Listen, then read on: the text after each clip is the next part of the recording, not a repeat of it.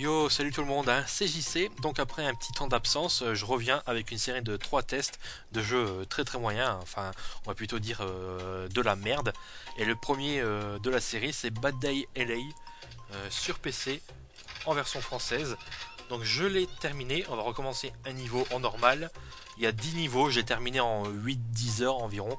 Et le jeu est quand même déjà assez corsé au niveau de difficulté, même en normal. Parce que le jeu est assez mal foutu et que certains boss sont vraiment très coriaces, donc c'est vraiment un jeu qui m'a fait chier du début à la fin. Donc pour le scénario, bah, vous jouez le rôle d'Anthony Williams, qui est un ancien agent d'Hollywood et qui se retrouve clochard tout simplement. Et un jour, des terroristes décident d'attaquer Los Angeles, répandre des gaz chimiques toxiques qui changent les civils en zombies. Et il y a aussi des catastrophes naturelles à répétition qui s'abattent sur Los Angeles. Donc vous, votre but, bah, c'est de quitter Los Angeles au plus vite. Donc au début du jeu, on a l'impression que c'est une sorte de GTA-like, mais c'est pas un GTA-like, c'est vraiment un jeu, vous allez voir, qui est vraiment très scripté, très linéaire, avec des graphismes vraiment très moyens, une animation très moyenne, une musique à se taper la tête contre le mur. Et ce qui reste du jeu, c'est quand même l'humour noir très satirique, parce que en fait ce jeu c'est une sorte de satire de la société américaine contemporaine. Donc il y a pas mal de clins d'œil sur la société américaine et les films américains. Donc c'est la seule chose d'intéressante du jeu. Et c'est tout, c'est la seule chose intéressante du jeu, c'est vraiment pas intéressant. Le jeu est en cel shading, là c'est des cinématiques en cel shading, mais le jeu est aussi en cel shading, mais il est moins beau que les cinématiques, hein. Vous allez voir ça tout de suite, il est largement moins beau que les cinématiques. Et on peut rien changer dans les options, aucune option graphique. On peut même pas changer la résolution. On peut même pas. La résolution, il y en a qu'une, c'est 1024 x 768. Et voilà quoi. Donc moi j'appelle ça génial de la part des développeurs. Donc on va avancer vite fait. Donc il y a un principe dans ce jeu assez original. C'est, vous voyez en haut à droite, euh, l'alerte à incendie, l'alerte menace, pardon. Et l'alerte menace, en fait, la menace c'est moi. Si je fais des bonnes actions, la menace sera basse. Et si je fais des mauvaises actions, genre tuer les civils par exemple, eh ben, j'aurai des mauvaises actions. L'alerte menace va augmenter et tous les civils vont m'attaquer, donc ça sera assez difficile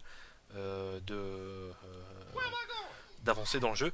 Donc pour faire des bonnes actions, ben, on tue les ennemis, on utilise l'extincteur pour éteindre les feux ou les civils enflammés comme ça.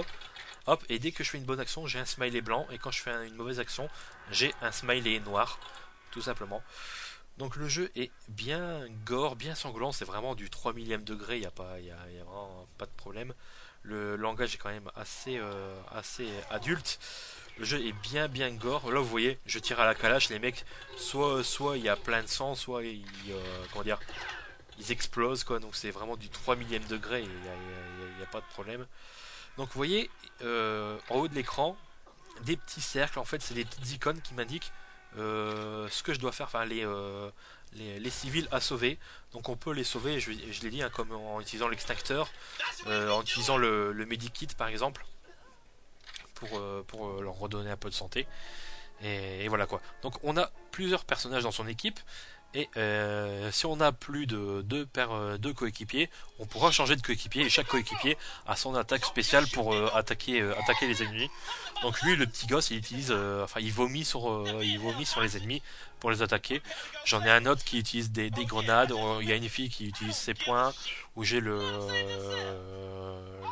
un autre mec avec sa tronçonneuse qui utilise justement sa tronçonneuse qui est assez efficace.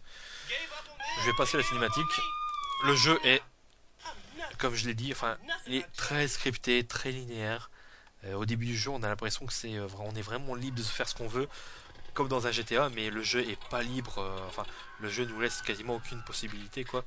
Et, c'est très redondant. Les missions, c'est toujours avancer, faut tuer tout le monde et sauver les civils pour avoir une alerte menace très très basse.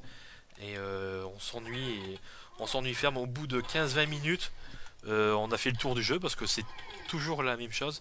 Il y a pas d'IA, il y a pas d'IA. La fin est quand même assez ridicule et on s'ennuie ferme du début à la fin du jeu. C'est vraiment un jeu qui, enfin, il n'a pas marché de toute façon. Il a fait un assez gros bid commercial. Bon, heureusement, on a des checkpoints dans le jeu qui nous permettent de ne pas recommencer le jeu depuis le début. Sinon, j'aurais fait quelques crises. Mais c'est un jeu qui est pas intéressant du tout. J'ai pas grand chose d'autre à dire. Donc le mieux que je puisse faire, c'est de vous dire de ne jamais acheter ce jeu, parce que sinon vous serez extrêmement déçu. C'est pas la peine. Je l'ai acheté 3,90€ d'occasion et j'aurais mieux fait de garder mes sous. Et les autres jeux, enfin les deux autres jeux qui vont venir après, ils sont pas mal aussi. Ils en tiennent une bonne dose quand même, hein. Donc n'achetez pas le jeu et vous serez content. Donc sur ce, moi je vous laisse et puis je vous dis à bientôt pour une prochaine vidéo.